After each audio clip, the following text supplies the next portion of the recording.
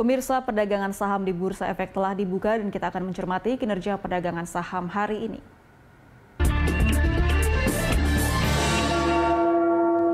Ya, dan untuk mengetahui pergerakan saham hari ini, kita telah terhubung dengan analis Mega Capital Indonesia, Lianto Sudarso. Selamat pagi, Mas Lianto. Selamat pagi. Baik, Mas Lianto, tadi kita saksikan IHSG baru saja dibuka di teritori positif, yaitu menguat 0,20%. Apakah ini akan menggambarkan pergerakan IHSG sepanjang hari ini akan berada di zona hijau atau seperti apa?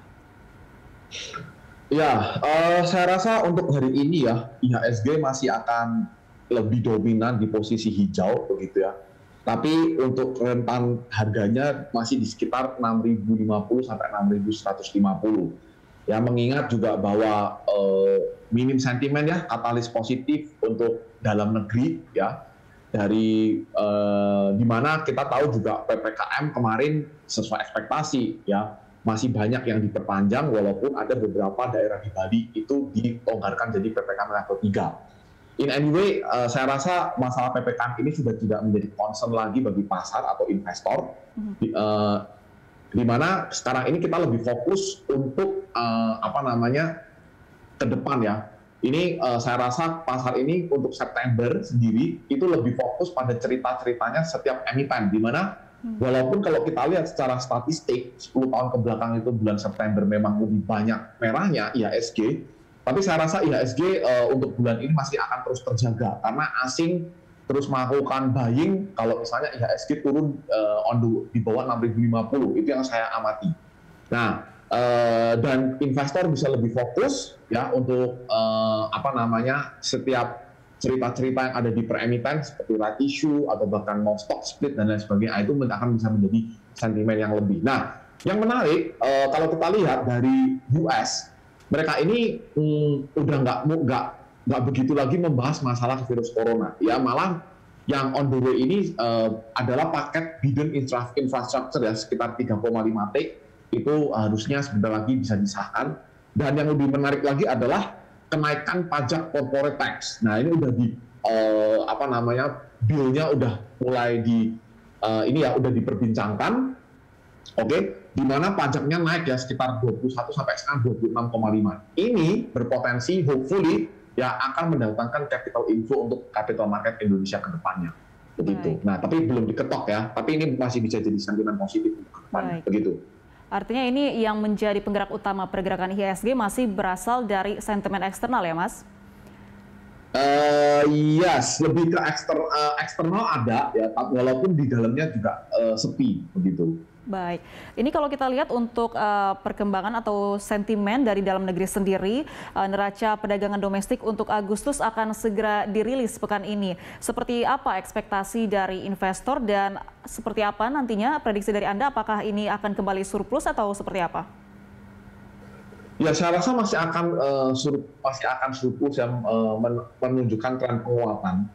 Tapi saya rasa data-data seperti neraca perdagangan gitu ya, atau bahkan current account deficit itu sekarang ini nggak begitu jadi concern juga, karena kita tahu bahwa malah di kondisi COVID seperti ini current account deficit kita itu malah terus membaik kan. Nah, ini adalah salah satu juga saya harus tekankan kepada investor bahwa isu tapering ini tidak akan seperti tahun 2013. Ya, kalau kita ingat kan account deficit kita ya, di mana di dalamnya juga ada neraca perdagangan di sana, itu parah banget di tahun 2013. Tapi kan ini berbeda di tahun 2020. Kita kebantu banyak dari kenaikan harga komoditas, begitu. Nah, tapi surplusnya perdagangan ini saya rasa udah diantisipasi oleh pasar, jadi nggak akan jadi penggerak yang sangat bagaimana begitu. Baik, tidak akan terjadi taper tantrum ya nanti, Mas. Nah, ini untuk hal lain yang mungkin masih dipantau oleh investor adalah RDG Bank Indonesia yang akan dilakukan pekan depan. Prediksi Anda seperti apa? Apakah BI akan kembali menahan suku bunga? Ya, saya rasa untuk RDG untuk Bank Indonesia, saya rasa BI masih akan mempertahankan suku bunganya ya. Walaupun sebenarnya sekarang Bank Indonesia ini saya rasa harus sudah mulai melihat nih, apakah dari mereka sendiri sudah harus melakukan tapering juga gitu, karena ya walaupun kalau kita lihat di pasar obligasi yang ada mereka malah terus melakukan burden sharing, artinya mereka terus masih melakukan expansion. Nah, tapi kalau kita lihat negara B3 apa namanya triple B country lainnya seperti Brazil, Turki, mereka udah mulai menaikkan suku bunga. Terus Korea kemarin sudah naikin suku bunga juga. Bahkan kemarin juga apa namanya Royal Bank of Australia, terus juga European Central Bank yang terakhir mereka udah memberikan indikasi untuk menarik likuiditasnya pelan-pelan. Nah ini saya rasa juga menjadi PR ya untuk dari Bank Indonesia juga. Apakah nanti kedepannya mereka akan juga menyesuaikan untuk apa namanya policy monetary-nya ke depan, begitu. Baik, terkait dengan kebijakan suku bunga acuan yang ditetapkan oleh bank-bank sentral dari global, ini pasar juga menanti pertemuan The Fed pekan depan. Seperti apa prediksi Anda dari hasil pertemuan tersebut? Nah, ini sangat menarik ya. Fed pekan depan ini 21 sampai 22 September itu akan menjadi satu yang ditunggu-tunggu oleh investor juga. Nah, kemarin kalau kita lihat di Jackson Hole, The Fed, si Jerome Powell ini lebih fokus pembicaraannya tentang Delta. Nah, artinya dia masih lebih concern di sana. Ya, jadi perlu kita ketahui bahwa The Fed ini mau tapering, ada 3 sekarang yang mereka akan lihat. Inflation rate, unemployment rate, sama masalah pandemi. Nah, inflation rate dan unemployment itu buat mereka sudah cukup untuk mulai narik likuiditas atau taper off, ya bahasanya. Tapi memang masalah deltanya ini masih jadi concern. Nah, nanti 21-22 kita lihat fokusnya dia di mana. Kalau dia masih terus masalah cuma ngomong masalah untuk varian si pandemi ini atau varian delta ini, fokusnya perkataannya lebih di situ, berarti artinya untuk tapering off dia belum akan ngasih apa namanya kejelasannya lagi, dan mungkin ya market bisa lebih lega lagi. Gitu. Baik. Seperti apa ekspektasi pasar dari hasil pertemuan The Fed nanti dan seberapa besar dampaknya ke pergerakan IHSG nanti, Mas? Saya rasa kalau misalnya sampai tapering off ya, itu sebenarnya pasar itu sudah mulai prediksi, ya. Tapi memang yang tidak diprediksi pasar, kalau tiba-tiba misalnya The Fed, kan kita tahu bahwa mereka nggak akan langsung menaikkan suku bunga, tapi mereka akan mencoba untuk mengurangi pembelian obligasinya dulu. Nah, biasanya mereka itu akan berkurang 20 miliar US dollar.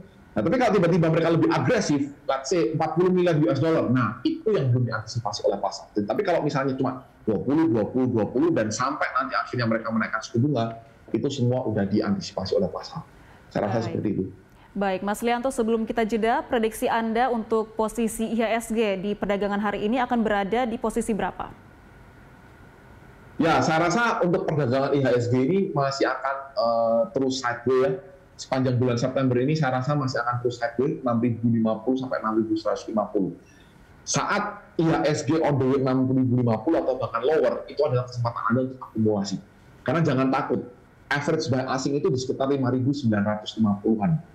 Ya, as long as IHSG tidak turun dari situ, artinya masih aman-aman saja. Begitu.